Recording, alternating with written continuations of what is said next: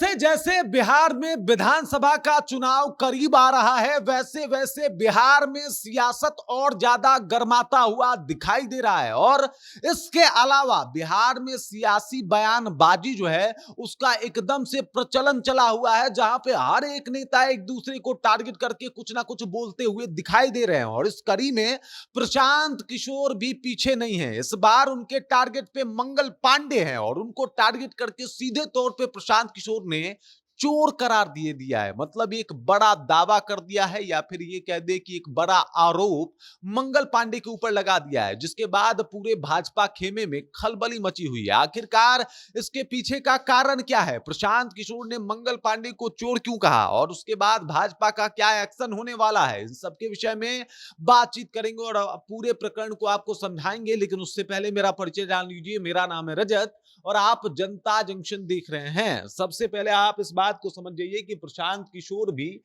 एकदम से पुरजोर तरीके से प्रयास में लगे हैं, कोशिश में लगे हैं कि इस बार किसी भी तरीके से पार्टी को उस मुकाम पे पहुंचा दिया जाए जहां से बिहार में जनसुराज का भविष्य दिखाई दे। और ये सब कुछ 2025 के विधानसभा चुनाव में ही होने वाला है और इसको लेके पुरजोर तरीके से प्रशांत किशोर जो है वो मेहनत कर रहे हैं और लगातार भ्रमण कर रहे हैं, लोगों से मिल रहे हैं, बातचीत कर रहे हैं, रुकने का नाम नहीं ले रहे हैं। और इस दौरान जो है वो सिवान पहुंचे थे।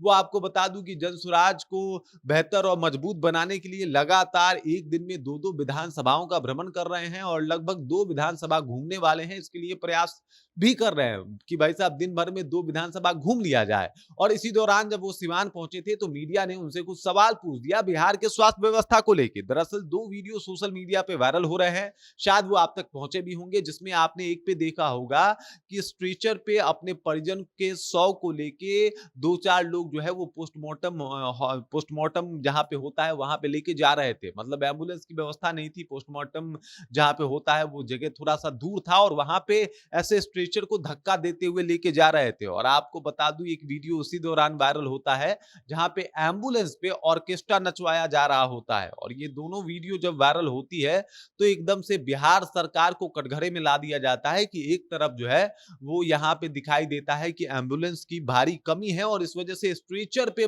जो शव है उसको पोस्टमार्टम विभाग को सुपुर्द किया जाता है। काफी दूर होने के बाद ही परिजन धक्का लेके देके जो है उसको सड़क से एकदम वो उस जगह तक लेके जाते हैं और ऐसी स्थिति देखने को मिलती है। जबकि एक तरफ जहां ऑर्केस्ट्रा होता है वहां पे ऑर्केस्ट्रा में जो डांस करने वाली लड़कियां होती हैं, नृत्यांगनाएं होती हैं, वो एम्बुलेंस पे चढ़ के डांस कर रही हैं। और ये सब कुछ इस बिहार में हो रहा है। इसी को लेके एक माहौल बनता है और इसी माहौल के ऊपर जो है वो प्रशांत किशोर से मीडिया सवाल पूछ देती है। तब प्रशांत किशोर का कहना होता है कि मंगल पांडे वो व्यक्ति हैं जो कर्टन का और जो बैंडेज पट्टी होता है उसका भी पैसा ये रखते हैं। अब इस तरीके का बयान प्रशांत किशोर का है। इन्होंने कहा कि ये लोग चोर हैं और इस तरीके से बिहार में स्थिति जो है वो बद से बदतर रही है। कोरोना काल में लाखों लोगों को पैदल पलायन करना पड़ा, इसके पीछे भी कारण तो मंगल पांडे ही थे। मंगल पांडे ही स्वास्थ्य मंत्री थे। उसके बाद उन्होंने कहा कि बिहार में जांच कम हुई, इसके पीछे का कारण भी मंगल पांडे थे।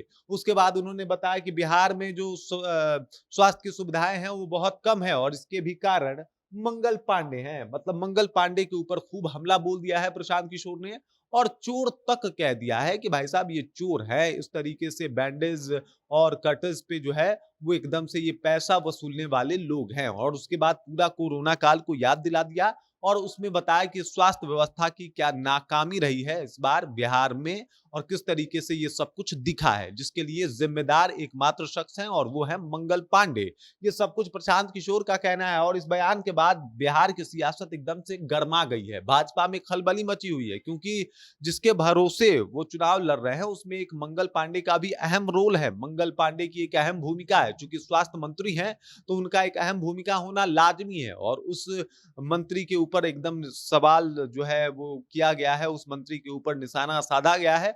जिससे एनडीए सख्ते में है, एनडीए परेशान है, एनडीए के नेता परेशान है कि इससे बचने के लिए अब क्या करना है और किस तरीके से पलटवार करना है। इसमें कोई दो राय नहीं कि वार पलटवार तो राजनीति में होता रहता है, लेकिन जिस तरीके का आरोप प्रशांत किशोर ने लगाया है मंगल पांडे के ऊपर, उसके बाद भाजपा का क्या अगला स्टैंड होगा, ये देखना काफी अहम होगा। बाकी इस खबर, इस जानकारी को लेकर आप क्या सोचते हैं, आपके जहन में क्या कुछ चल रहा है, कृपया कमेंट कीजिए और अपना विचार हम तक पहुंचा दीजिए। बाकी आप देख रहे हैं जनता जंक्शन और मेरा नाम रजत है।